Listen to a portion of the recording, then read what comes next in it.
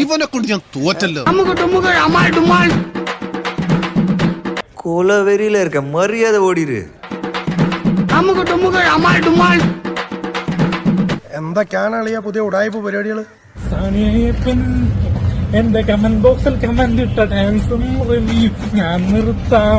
നീ ഒന്ന് പോടാ, നീ പണ്ടേ ഉടായിപ്പാ. അല്ലടാ സത്യം. സാനിയ നീ കമന്റ് ഇടൂ, stop the review Alin Jose എന്ന ഹാഷ്ടാഗ് ഇടും.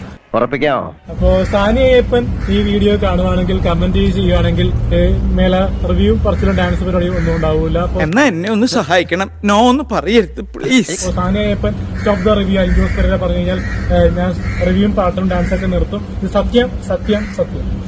അത്രയ്ക്ക് ഉറപ്പാണോ? എനിക്ക് നല്ല ഉറപ്പാണ് madam. A few moments later.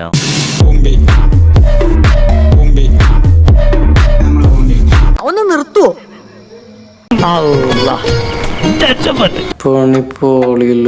Sania Ayyappan എന്റെ ഡാൻസിന് കമന്റ് ഇട്ടു, നിർത്തിക്കോ. എടാ പോടാ, നിർത്തി പോടാ.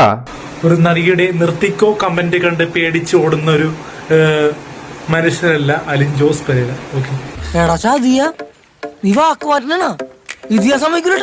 നീ എവിടെയെങ്കിലും ഉറച്ചു നിൽക്കടാ നായിന്റെ മോനെ. ചില പ്രതിസന്ധി ഘട്ടങ്ങളിൽ പാർട്ടി ചില അടവ് നയങ്ങൾ സ്വീകരിക്കാറുണ്ട്.